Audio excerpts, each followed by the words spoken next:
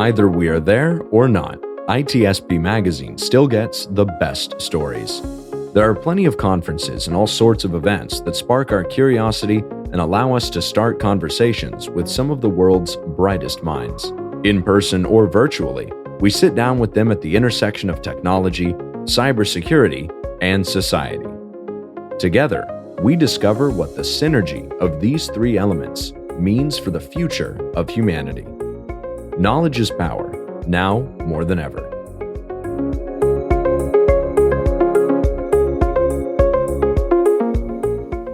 Marco.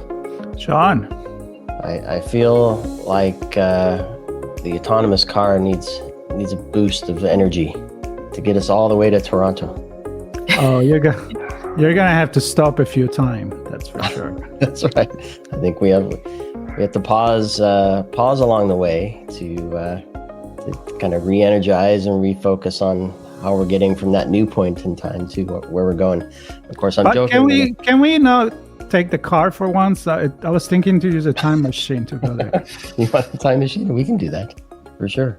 Couple of kicks and I think that requires twice as many stops though. Yeah, and I think plutonium or something like that to make it work. All right, we'll figure it out. Imagine if the plane had to stop 4 or 5 times. I guess that's what layovers are for. Anyway, I digress. There may be a lesson in my rambling. We'll see how we get on with this conversation. We're on the road, quote unquote, to SecTor, a Black Hat event in Toronto, where, of course, bright minds and cool people come together to talk all things cyber. And trying to figure out what's next. Not that we don't have enough on our plate already, but there's always the what's next. And Marco, we have Laura Payne on. She's a keynote for this year's event, and she has a bit of insight on what's next and what's up right now as well. So, Laura, it's great to have you on. Well, thanks, Sean, and thanks, Marco. And I don't know that I'm any more qualified than anybody else to peer into the crystal ball and see what's coming in the future. But it's my pleasure to have been invited to Keynote this year, and certainly a pleasure to meet and speak with both of you.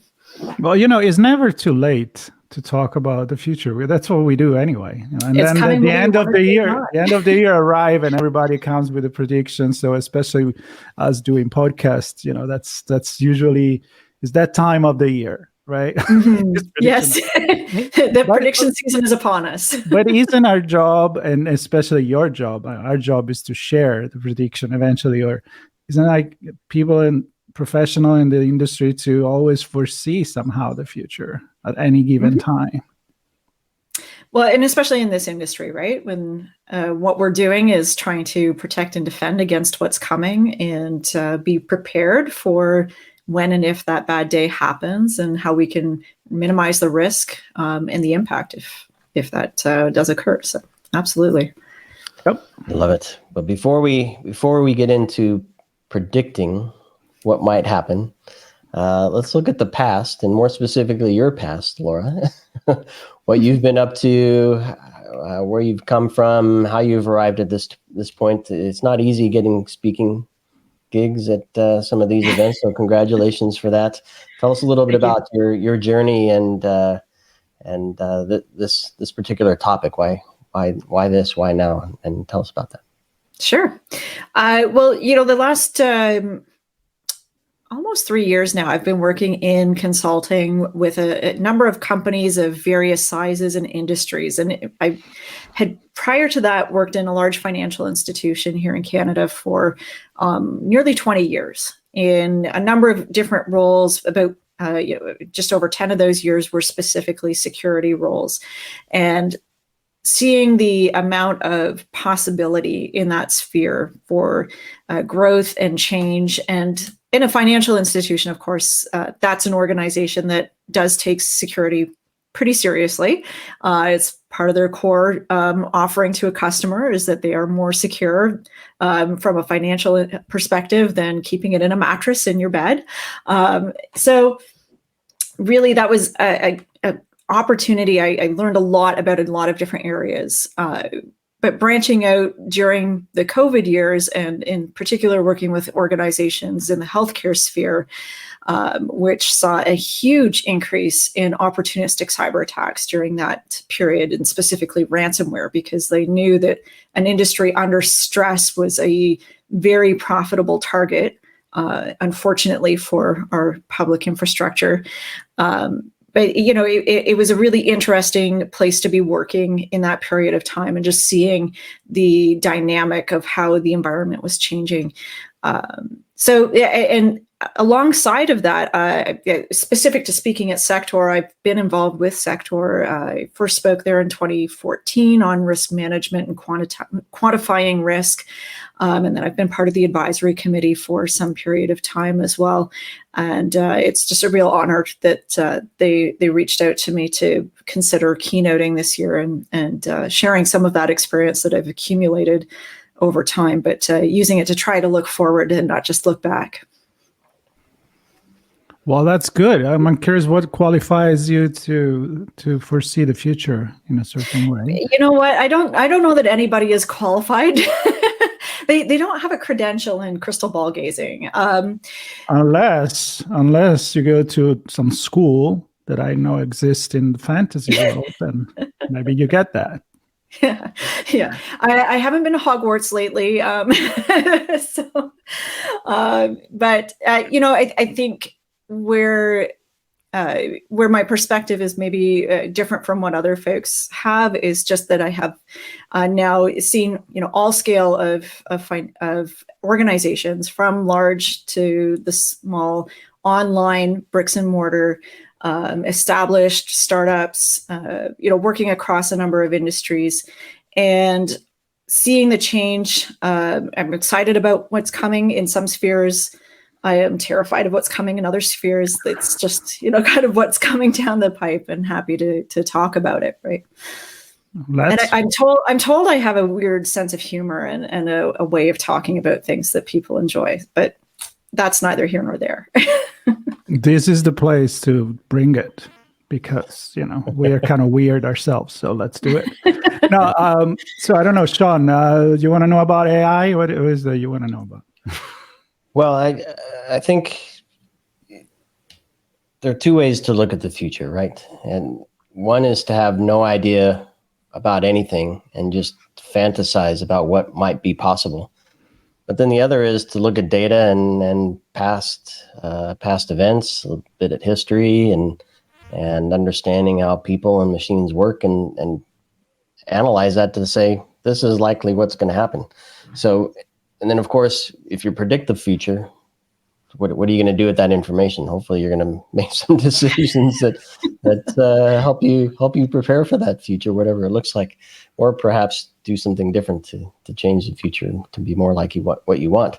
So, Laura, the reason I say all of that is, how did you arrive at what you want to talk about this year? I don't want you to give anything away. We want people to come sit in the room with you and soak it all in and laugh alongside, hopefully not at, but alongside you, and partake in what you're going to be sharing. So what does that list look like, or what are the topics look like, and how did you arrive there? Yeah, I'll start with the how did I arrive at it question, which really was, chatting with the folks at SecTor about what was going to be relevant for the keynote audience, and where are people's heads at. And I think it's a reflection of sort of the anxiety that people have in general right now about what's coming. Not that a keynote about what's coming is particularly unusual, but there was really that kind of drive to say that this is where people really are trying to put some focus and attention. Part of it's the time of year as well. So there was a piece of that, and from a topic perspective, I'm still refining. I would put it that way. So I could tell you something now, and it might not even make it in my final cut. But I think if I was to summarize it, there are a lot of things that are old that are still, being talked about as if they're new. right? And everything related to artificial intelligence almost falls into this category of, folks are talking about how they're going to use AI for all of these, cool, different, amazing things, but most of them aren't actually that different. Some of them are really cool, but they're not things that are new that we've never tried doing before. We just didn't have tools to enable us to do them as quickly as we did before. So that's definitely going to be, part of my recurring theme is that 2024, I don't think is going to be groundbreaking in the sense of what we do, but I think we'll see significant change in how people go about it. And then I think the other piece is being resilient to that change. So Sean, you mentioned, you can look at the future as just not even really, trying to predict, just being prepared. And I think the way as a professional in almost any field, but especially for security practitioners to approach that, if you would rather not try to predict, is to be prepared, right? From a resiliency perspective, how do you prepare yourself personally to be able to deal with whatever kind of comes down the pipe at you? And then a third piece I'll throw out there is just, there are some things that we do actually know will happen in 2024. So we'll touch on some of those quickly just to make sure that it is foremost in people's minds what's coming as they're looking ahead at the year and to, at least take those things into account. Well, it makes me think a lot of philosophical approach to life and the way we run our business, and that they do apply obviously in a field where it's all about security and predicting what the enemy or the adversary may do. Mm-hmm. And maybe just by making this prediction, you change the future, because then the adversary may think like, oh, maybe they're prepared for this. Like, how do I throw them a curveball? Right? how do we throw so I think the lesson, the lesson is always to be prepared for the unprepared, and you can make as many predictions as you want, and that's what it's all about, really. Having an overview of things, but of course, you're gonna have to spill some beans there. So again, without going into details, and even like risking that maybe some of the things you're presenting now will not be presented. What's on your list? And then we'll see what makes it to what's on my list. Well, I think one of the gimmies for 2024 and being north of the border, we get a bit more of a spectator seat to it, but the US federal election, I think that's going to be a huge factor in what comes down into the cybersecurity domain in 2024. Everything from ramping up of foreign interference to leveraging and abusing the discussion and all of that to create opportunities for social engineering to happen, to, really just almost anything can kind of come up out of an event that is shaping up the way that is going to be. So it'll be really interesting to see some of the ripple effects that come out of that. But then, reflecting on the theme of, have we seen elections like this before? Well, 2020 was one of those years where we absolutely saw that sort of ramp up of, a very interesting election machine. Did it have the same kind of, flavors that are coming in 2024? Well, no, there weren't nearly as many cases before courts, and I'll kind of leave it at that. And I think that's a factor looking globally. So it's not just the US that has an election. Ukraine and Russia both also have elections, and because of what's been happening in those spheres, they may be more interesting elections than usual. And we'll see what sort of foreign interference maybe tries to play there, right? We are used to talking about it as interference coming into the North American sphere, but is this going to be an opportunity where it's used vice versa? So when I'm on my show Redefining Cybersecurity, which will be published on that channel, of course, one of the things I like to look at is, and it's in your title, Chief Enablement Officer, right? It's Yes. not just preparing for what's bad, but it's making sure what should happen happens, and in a safe and secure way. I don't know if you touch on anything that says, here's what we need to look at from a resiliency perspective. So not just the bad actors and the threats that are coming, and the events that might take place that put us back on our heel, but what are some of the things we see from a business perspective that say, we're moving, we are embracing AI, those have risk, we're moving to the edge. All the words, right? IoT, bio, you name it, right? Yeah. We want those to work properly. So designing and building those things from the start with security built in. Do you get into any of that kind of stuff? Yeah, absolutely. Yeah. And I think it's important too, as we look, ahead, and especially at the uncertainty that new technology brings. But again, this isn't the first time, we've bridged that. Let's look at, I'll use cloud as the example, and just to use another generic term that means all the things to all the people. But when these data centers were first being presented as, just a virtual place to set up your infrastructure, and businesses were starting to look at that as, hey, is this going to be more cost effective? It's certainly, faster to spin up a server off of somebody else's infrastructure than it is for me to order something, get it racked, stacked, connected, hope it works, install a thing, all that stuff. So when we look at kind of what happened there, the immediate knee-jerk reaction for the vast majority of practitioners was, I don't know anything about this space. So how can I possibly believe it's secure? And we look forward now, and we're more than a decade into cloud adoption. And I'd say the majority of practitioners now at least have a passing understanding of it. They've come to realize that the organizations, that this is their bread and butter and what they do for a living, at least, the key ones that we think of, the Amazons and Microsofts and so on, that they understand the core underlying principles needed to secure it. And because the variety of what they're doing is more restricted, and they've made it clear where their boundaries are, that they're able to do a really solid job. And then on top of that, we've seen, the tooling come in place to support security in the part that's now the domain of the customer to protect. So you see that shift over time. I think AI is right at the beginning of that journey, right? Where we have a small number of players in the space. The companies are established and have a certain track record behind them of how they approach things, but there's still a lot of unknowns about it. And so the knee-jerk reaction right now is for large companies with an established, security need and footprint, and they've got enough challenges already dealing with what they already had, let alone bringing in a whole bunch of other new stuff.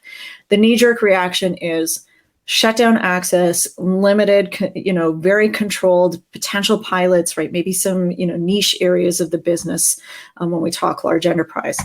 And on the other hand, your startups, your small businesses that are very flexible, very open-minded, are just jumping in with 2 feet.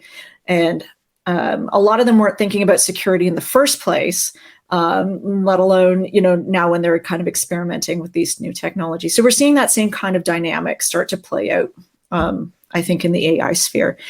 Really interesting timing as well. I thought that the risk paper from NIST happened to be ready. And I think it was coincidence in a sense, right? Like, I don't think anybody really could have timed it the way it was on purpose, just because of the lead up time it takes.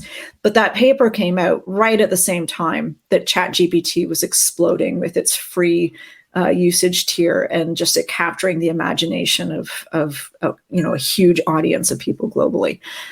So the thinking around how to manage risk has started, in a good place. At least there's some published works that have come into play. And then forget regulation. I mean, even so in Canada, they are starting to put in place some work around that. But I know how regulation around security already is, and how it is very challenging for lawmakers to keep up with meaningful regulation. And I suspect AI is only going to be worse. Fun. Now, I like something you said at the beginning, which is it's kind of like every year you make the prediction and it's really not that different.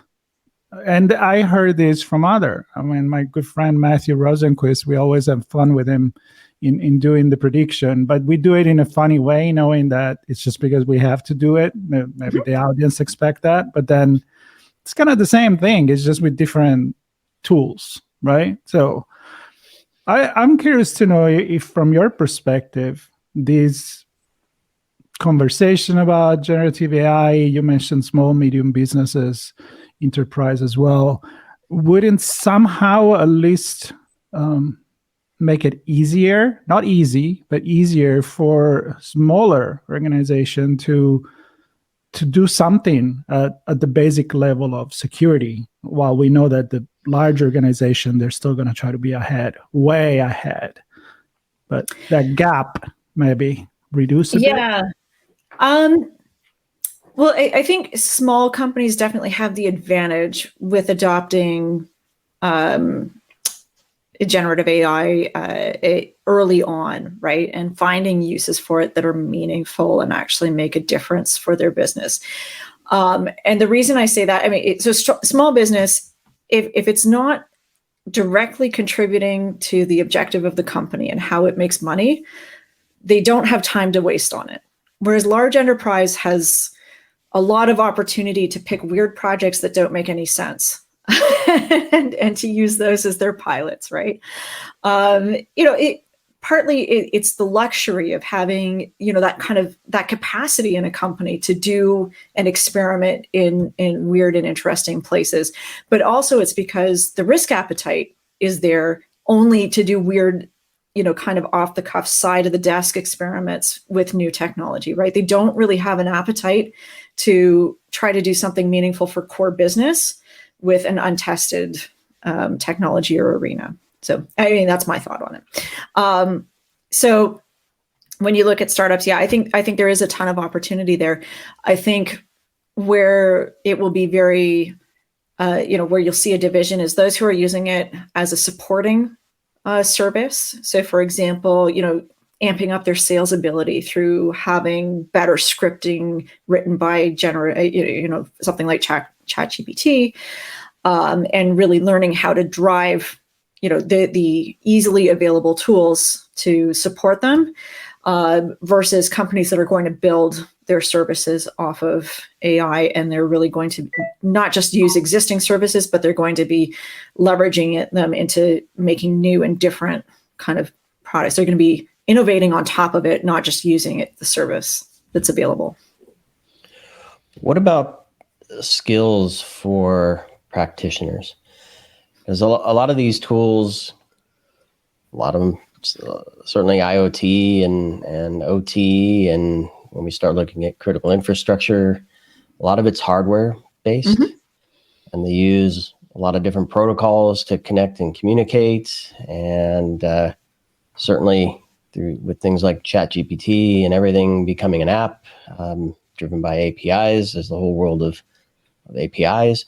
Are there things security practitioners need to prepare for in that sense? Not just these are the threats and this is how our program's impacted, but I now need to analyze code and APIs and different protocols and things like that. Any thoughts there?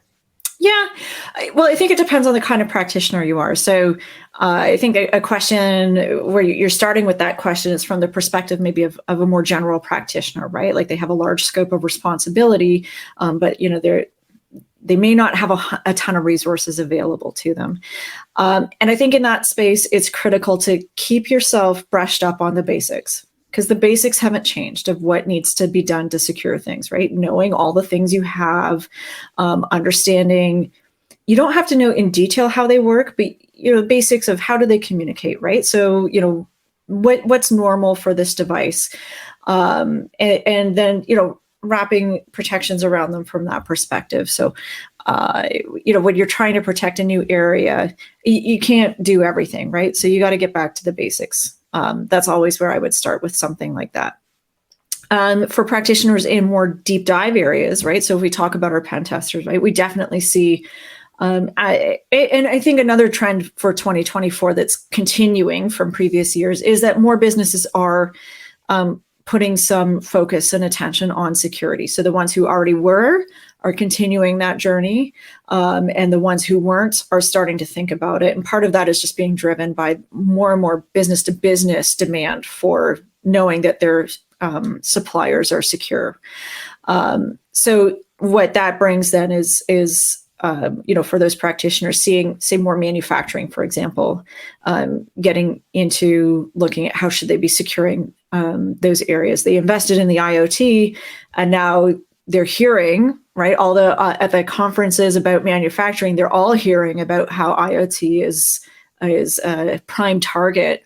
And if it's the lifeblood of your company that you've now, invested in this computing resource for somebody who's, say, a penetration tester, making sure that you're prepared for how do you speak to, companies like that about testing, their infrastructure. Critical infrastructure is only going to continue as a increased area of attention and focus and investment for security. So similar there. Doesn't mean the other stuff's going away, right? Web apps, mobile app pen testing, that's all still relevant, right? Being able to test your APIs and all of that, that's still there. So, I mean, it's an expanding field. And the other thing I would really love to see, so if I was making, a prediction that was what does Laura wish would happen, I would love to see a continued trend of IT professionals becoming more conversant in security, because I think the call to have so many security professionals doing all the security, I think that's a trend that's got to start fading out in exchange for we need more IT professionals who understand security, and then security professionals are there to augment and bolster their resources. Wow, you kind of really make me think about this recurring. I mean, we always need to look at the history to predict the future. In every, even the election, for example, I don't want to go into all the social engineering there, and even creating fake news is not just something that happened outside of the country; it comes in within the country. I mean, it's been used already for much more propaganda. But I see it as what you said. You mentioned IoT. Nothing really goes away. We're just adding another layer on top of that. But the way that many times marketing presented is there's the buzzword, and it's almost make it look like, well, everything else is being taken care of. Now we got to worry about this. The truth is that, it's still there, right? Absolutely. So the prediction is buckle up. Pile it on. Yeah, there's just more being added to the plate. You're absolutely right. And, it's funny talking to startups, and they say, "Oh, we're too small to do security." Nobody's too small to do security. Why wouldn't you do it when you're small and you can actually wrap your hands around all the things you have and start to establish processes and just, make it your routine, so that you don't have to think about, you don't want to get to a 50-person company and then try to figure out how you're going to make sure everybody knows what they're doing, right? Mm-hmm. Let's start right from day one that way. Wow. So and we're starting to see more of that, but it's, there's still a long ways to go on that awareness for those organizations. Other interesting changes, like in 2023, we saw the SEC get more involved in pushing for cybersecurity requirements for venture capital organizations, and having some rules around what some of the funds have to have in place from a security perspective. So you're seeing more of a push also from that angle too, that more industries are being pushed to do at least the bare minimum, though there might be an argument about where the bare minimum is. Exactly. And forced to notify as well. when the and that's usually where it starts, right? Is the regulators usually start with enforcing, requirements to report, and really, putting some meaningful penalties in place for not reporting. But that's a very reactive stance, unfortunately. Yeah. Yeah, that's a whole other conversation as well. I'm going to say I think it's going to be easier to predict the future than it will be to predict the past. I'm saying misinformation and disinformation. It's going to be easy to change what happened and easier to see and make sense of it. Or history is going to be rewritten. Want to go 1984? I can go. Exactly. Controlling the past, present, and the future. I think that's a really fair statement. That communication really does shape, certainly when it comes to human outcomes, right? Communication and what messages are getting through really do have an impact on what does happen. I'll use polling as an example, right? So when the polls come out and the closer you get to the election, there are a number of elections you can look at historically where the stronger the polls were in favor of one candidate winning, especially in a two horse race, the more likely it was that the poll would be wrong, because what it did was incentivize people. Well, this is my theory anyway. It incentivizes people who see that they're going to be on the losing side to get out and make the change that they want to see. It's really interesting. In other words, the human brain is always a key factor. Our desire to be adversarial is not to be underestimated. Yes. How can we harness that for good? That's the question. Yeah. Well, we start by having conversations like this and sharing stories on a stage like you're doing at SecTor, and engaging with the community, and hopefully that's all happening. And I'm thrilled to have this conversation and with you, Laura, and to have you on the show. Really, really appreciate it. And Marco, what do you think? Time machine time? It's time machine, but I also go back and rewrite history.